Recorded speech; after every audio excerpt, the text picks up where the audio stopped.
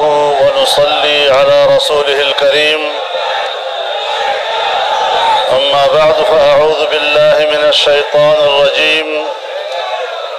بسم الله الرحمن الرحيم.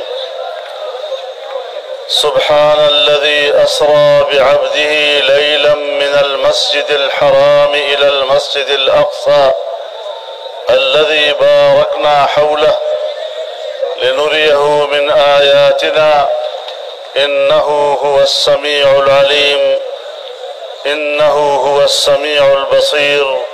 صدق الله العظيم. अकाबिर उलमाए उम्मत, ज़ुअमाए कौम, मेरे जवानों, दीन इस्लाम